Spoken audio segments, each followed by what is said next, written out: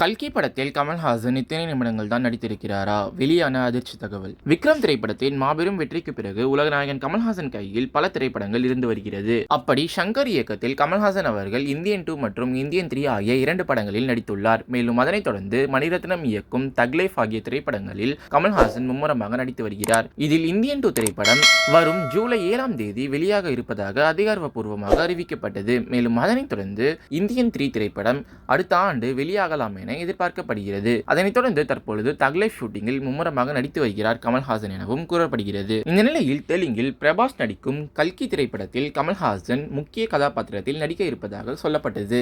அதன் பிறகு அவர் இந்த திரைப்படத்தில் வில்லனாக நடிக்க இருப்பதாக தகவல்கள் வெளியாகியுள்ளது. கல்கி திரைப்படமானது 600 கோடி பட்ஜெட்டில் பிரம்மாண்டமாக உருவாகி வரும் திரைப்படமாகும். இந்த திரைப்படத்தை நாக் அஸ்வின் இயக்கி வருகிறார். சந்தோஷ் நாராயணன் இந்த திரைப்படத்திற்கு இசையமைக்கிறார். மேலும் கமல்ஹாசன் இந்த திரைப்படத்தில் வில்லன் கதாபாத்திரத்தில் நடிக்க இருக்கிறார்.